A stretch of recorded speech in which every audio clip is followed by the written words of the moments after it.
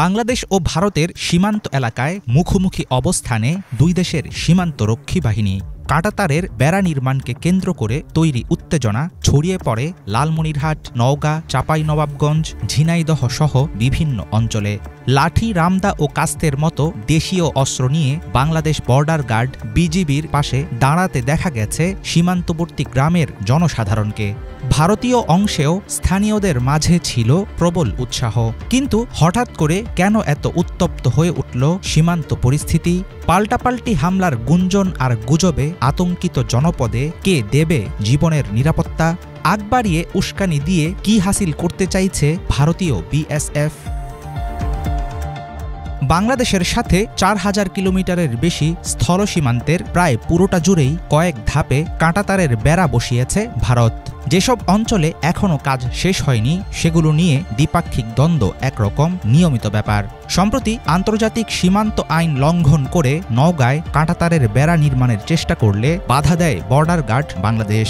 সেই থেকে শুরু হয় উত্তেজনা।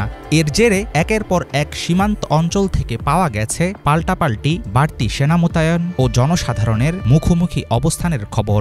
দুই বাহিনীর দফায় দফায় পতাকা বৈঠকের পর পরিস্থিতি কিছুটা শান্ত হলেও স্থানীয়দের মাঝে এখনও বিরাজ করছে চাপা উৎকণ্ঠা।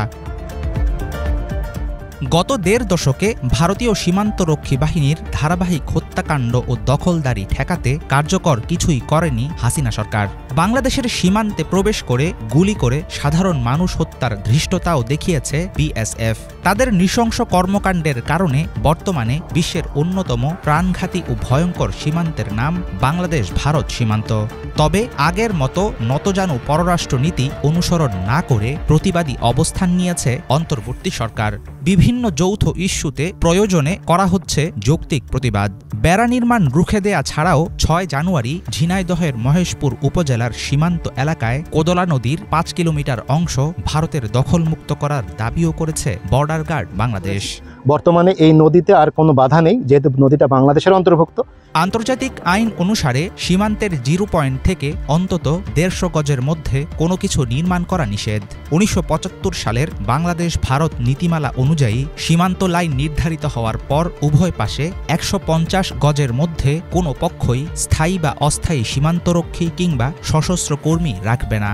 ১৫০ করে দুই পাশে মোট ৩০০ গজ এলাকায় বাংকার, টানেল কিংবা কোনো প্রতিরক্ষামূলক অবকাঠামো থাকলে সেগুলো ধ্বংস অথবা ভরাট করতে হবে। কাঁটাতারের বেড়া কিংবা পরিখা নির্মাণ করতে হলেও দরকার হবে দুই পক্ষের সম্মতি। অথচ এবারও আইনের তোয়াক্কা করেনি ভারতীয় সীমান্তরক্ষী বাহিনী। ভুটান ও নেপালের মতো প্রতিবেশী দেশগুলোর সীমান্তে কাঁটাতারের বেড়া দেয়নি ভারত। বন্ধুত্বের মিষ্টি কথায় চিরে ভেজালেও বাংলাদেশ সীমান্তের সবটুকু জুড়েই প্রায় ৮ ফুট উঁচু বেড়া দিয়ে আটকে দিয়েছে তারা।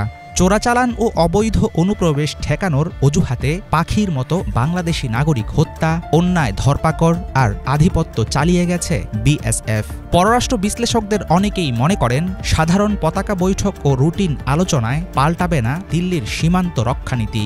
তবে সাম্প্রতিক সময়ে অন্তর্বর্তী সরকারের শক্ত অবস্থান, বিজিবির সাহসী ভূমিকা ও জনসাধারণের অংশগ্রহণ ভারতের জন্য হতে পারে একরকম সতর্কবার্তা। হাফিজুল ইসলাম, বাংলা ভিশন।